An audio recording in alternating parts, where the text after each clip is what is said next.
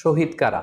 কোরআন আমাদেরকে জানিয়েছে আনা আমাল্লাহু আলাইহিম মিনান নাবিয়িন ও সিদ্দিকিন ও শুহাদা ও সালিহিন। শহীদ দুই প্রকার, একটা হচ্ছে শাহিদুদ দুনিয়া ওয়াল আখিরা, আর একটা হচ্ছে শাহিদুল আখিরা। তারা ছাড়া কি আর কেউ শহীদ হতে পারবে না? আসসালামু আলাইকুম ওয়া রাহমাতুল্লাহি ওয়া বারাকাতুহু। নাহমাদুহু ওয়া নুসাল্লি আলা রাসূলিহিল কারীম। আম্মা বা'দু ফাআউযু বিল্লাহি মিনাশ শাইতানির রাজীম। বিসমিল্লাহির রহমানির রহিম। রাসেল নামে এক ভাই প্রশ্ন করেছেন, শহীদ কারা? ইদানিং অনেকের মৃত্যুর পর তাদেরকে শহীদ বলে আখ্যা দেয়া হয়। ব্যাপারটি কতটুকু সঠিক বলবেন কি? প্রিয় ভাই, রাসেলের উত্তরে আমরা বলতে চাই যে এই পৃথিবীতে আল্লাহর দ্বীনকে বাস্তবায়ন করতে যেয়ে অথবা বিজয়ী করতে যেয়ে কাফেরদের বিরুদ্ধে সশস্ত্র সংগ্রামে যে মুমিন ব্যক্তি নিহত হয় তাকে শহীদ বলে। আমি আবারও বলছি, আল্লাহর জমিনে আল্লাহর দ্বীনকে বিজয়ী করতে যেয়ে কাফেরদের বিরুদ্ধে সশস্ত্র সংগ্রামে যে মুমিন ব্যক্তি নিহত হয় তাকে শহীদ বলা হয়। সহিহ বুখারীর বর্ণনা এসছে যে সাহাবারা আল্লাহ রাসূল সাল্লাল্লাহু আলাইহি সাল্লামকে জিজ্ঞেস করেছিলেন যে, হে আল্লাহ রাসূল, কারা আল্লাহর রাস্তায় জিহাদ করছে এটা আমরা কিভাবে বুঝবো? তার উত্তরে আল্লাহর হাবিব সাল্লাল্লাহু আলাইহি সাল্লাম বলেছিলেন, মান কাতালা লিতাকুনা কালিমাতুল্লাহি হিয়াল উলিয়া ফাহুয়া ফি সাবিলিল্লাহ।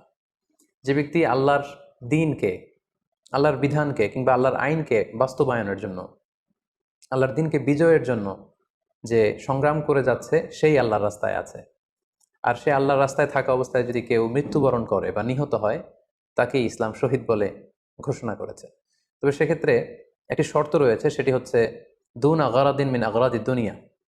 দুনিয়ার কোনো কারণে, দুনিয়ার কোনো লোভে পড়ে, দুনিয়ার কোনো স্বার্থের জন্য যদি কেউ আল্লাহ রাস্তায় জেহাদ করে মৃত্যুবরণও করে, সেই শহীদের কোনো মর্যাদা বাদাম আল্লাহ তাআলার কাছে নেই। কারণ আমরা হাদিস থেকে জেনেছি অনেক শহীদ কিয়ামতের ময়দানে আল্লাহ তাআলা তাদেরকে জাহান্নামে ফেলে দিবেন। আল্লাহ বলবেন যে, তুমি তো দুনিয়াতে জেহাদ করেছিলে যে মানুষ তোমাকে বীর বলবে, মানুষ তোমাকে সাহসী বলে ঘোষণা দিবে, বাহাবা পাওয়ার জন্য তুমি জেহাদে অংশগ্রহণ করেছিলে এবং সেখানে নিহত হয়েছ।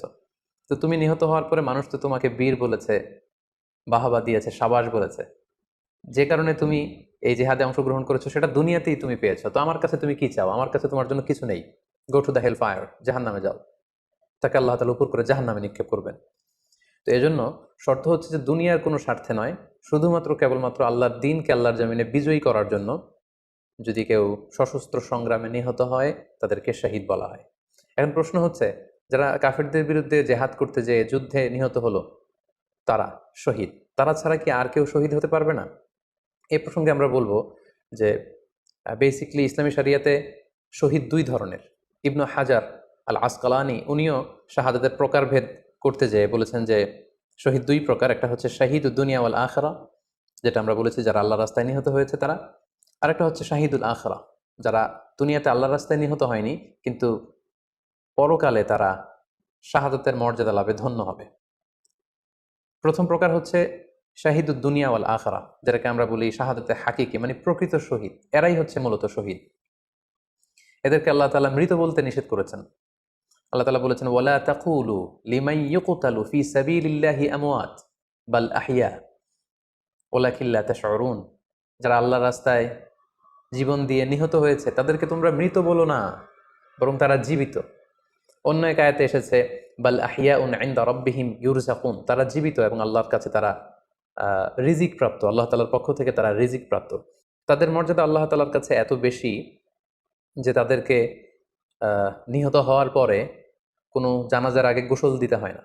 তাদের রক্তাক্ত দেহটাকেই সরাসরি জানাজার পরে দাফন করে দিতে হয়, কেননা সেই ঝরঝরে রক্ত নিয়ে তারা সেদিন কিয়ামতের দিবসে আল্লাহ তাআলার দরবারে তারা হাজির হয়ে যাবে। এবং আমরা যদি কোরআনের দিকে তাকাই, কোরআন আমাদেরকে জানিয়েছে আনা আমাল্লাহু আলাইহিম মিনান নাবিয়িন ওয়া সিদ্দিকিন ওয়া শুহাদা ওয়া সালিহিন, মানে সবচেয়ে শ্রেষ্ঠ তাবাকা বা দারাজা হচ্ছে নবীদের দারাজা, নবীদের পরে হচ্ছে সিদ্দিকিনদের দারাজা, এবং সিদ্দিকিনদের পরেই যাদের মর্যাদা আল্লাহ তাআলার কাছে সবচাইতে বেশি তারা হচ্ছে শুহাদা। এজন্য প্রতিটি মুমিনের জীবনের আকাঙ্ক্ষা বা তামান্না থাকা উচিত তারা যেন শাহাদাতের মৃত্যু আল্লাহ তাআলার কাছে কামনা করে। এবং আমরা যদি সাহাবাদের জীবনের দিকে তাকাই তাহলে দেখবো ওনারা সবসময় আল্লাহ তাআলার কাছে শাহাদাতের মৃত্যু কামনা করতেন। সাইয়েদনা ওমরে ফারুক রাদিয়াল্লাহু তাআলা আনহু আল্লাহ তাআলার কাছে সবসময় শাহাদাতের মৃত্যু চাইতেন।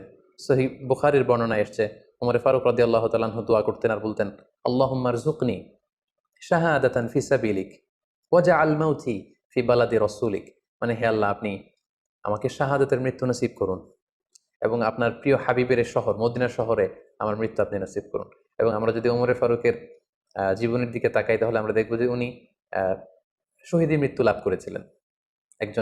একজন অ্যাসাসিনেটরের মাধ্যমে আত্মাইর আঘাতে তিনি আহ, শহীদ হয়েছিলেন। এবং আল্লাহ রাসূল সাল্লাল্লাহু আলাইহি ইসলামের পাশে আবু বকর রাদিয়াল্লাহু তাআলা আনহুর কবর, তার পাশে কিন্তু ওমরে ফারুকের কবর। তার মানে মদিনাতেই তিনি আহ, আল্লাহ রাসূল সাল্লাল্লাহু আলাইহি ইসলামের পাশে মৃত্যুবরণের পরে শোয়ার সৌভাগ্য তিনি অর্জন করেছেন। তাহলে এই আলোচনা থেকে আমরা বুঝলাম যে প্রকৃত শহীদ হচ্ছে যারা আল্লাহর রাস্তায় নিহত হয় এবং এর মর্যাদা আল্লাহ তাআলার কাছে অনেক বেশি। কিন্তু এই শাহাদাতে হাকিকি বা প্রকৃত শহীদ ছাড়াও আরো অনেক মৃত ব্যক্তিকে আল্লাহ রাসূল সাল্লাল্লাহু আলাইহি ইসলামের শহীদী মৃত্যুর সুসংবাদ দিয়েছেন। তারা জেহাদে অংশগ্রহণ করেনি, তারা কাফিরদের আঘাতে নিহত হয়নি, তারা প্রকৃত শহীদ নয়, কিন্তু কিয়ামতের দিন তারা শাহাদাতের মর্যাদা লাভ করবে। তারা কারা? এ ব্যাপারে আমরা সহিহ মুসলিমের একটি হাদিস এখানে উল্লেখ করতে চাই, যেখানে আল্লাহ রাসূল সাল্লাল্লাহু আলাইহি সাল্লাম সাহাবাদেরকে জিজ্ঞেস করেছেন, মা তা'উদ্দুনা শাহিদা ফীকুম, ওহে সাহাবারা, তোমরা কাদেরকে শহীদ বলে মনে করো? সাহাবারা বললেন, যারা আল্লাহর রাস্তায় নিহত হয় তারা শহীদ। তখন আল্লাহ রাসূল সাল্লাল্লাহু আলাইহি সাল্লাম বললেন, ইন্না শুহাদা উম্মতি ইদান লাকালিল, এরকম হলে তো আমার উম্মতের মধ্যে শহীদদের সংখ্যা একেবারে কম। যারা জেহাদের সুযোগ পাবে না, জেহাদের ময়দানে কাফিরদের বিরুদ্ধে সশস্ত্র সংগ্রাম করে যারা নিহত হওয়ার সুযোগ পাবে না, তাহলে তো তারা শহীদ হতে পারবে না। সাহাবারা এই কথা শুনে বললেন, ইয়া রাসূলুল্লাহ, তাহলে কারা শহীদ আপনি বলেন। তখন আল্লাহ রাসূল সাল্লাল্লাহু আলাইহি ওয়াসাল্লাম বললেন যে, যারা আল্লাহর রাস্তায় নিহত হয় তারা তো শহীদ বটেই, পাশাপাশি ওমান মাতা ফি তাউনি ফাহুয়া শাহীদ, মহামারীতে যারা মারা যায় তারাও কিন্তু শহীদ। প্লেগ রোগে বা মহামারীতে, এই যে করোনা ভাইরাসের সময় যারা ঈমানের সাথে ইন্তেকাল করেছে তাদেরকেও আল্লাহ তাআলা শাহাদাতের মর্যাদা দান করবেন। ওমান মাতা ফিল বাতনি ফাহুয়া শাহীদ, পেটের পীড়ায়, পেটের কোনো রোগে যদি কেউ আক্রান্ত হয়ে মারা যায়, সে কিয়ামতের দিন শাহাদাতের মর্যাদা লাভ করবে। ওয়াল গরিকু শাহীদ, পানিতে ডুবে যদি কেউ মারা যায় সেও শাহীদ। এভাবে অন্যান্য আরো অনেক হাদিসে, কোনো হাদিসে 5 জন, কোনো হাদিসে 7 জন, কোনো হাদিসে আরো বেশি, এভাবে আরো অনেক ব্যক্তিকে আল্লাহ রাসূল সাল্লাল্লাহু আলাইহি ওয়াসাল্লাম শাহাদাতের মর্যাদা লাভে তারা কিয়ামতের দিন ধন্য হবে এই মর্মে তিনি আমাদেরকে জানিয়েছেন। সুনানে নাসাইর একটি বর্ণনা থেকে আমরা জানতে পারি, আল্লাহর হাবিব সাল্লাল্লাহু আলাইহি ওয়াসাল্লাম বলেছেন, মান কুতিলা দুনা মাজলামাতিহি ফাহুয়া শাহীদ, অন্যায়ভাবে যদি কাউকে হত্যা করা হয়, হি ইজ ডিফেন্ডিং ইনজাস্টিস, অন্যায় প্রতিরোধে সে মারা গিয়েছে, এরকম মৃত্যুকেও তিনি শাহাদাতের মৃত্যু বলে ঘোষণা করেছেন।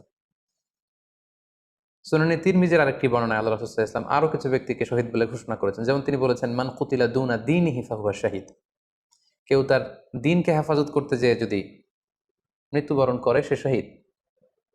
ওমান কুতিলা দুনা দামিহি ফাহুয়া শাহীদ, নিজের রক্ত বাঁচাতে যেয়ে যদি কেউ মৃত্যুবরণ করে শহীদ। তার সম্পদ বাঁচাতে যেয়ে যদি মৃত্যুবরণ করে সে শহীদ। তার ফ্যামিলিকে সেভ করতে যেয়ে কেউ যদি মৃত্যুবরণ করে সেও শহীদ। তার সম্মান, ইজ্জত, তার স্ট্যাটাসকে বাঁচাতে যেয়ে যদি কেউ মৃত্যুবরণ করে সেও শাহীদ।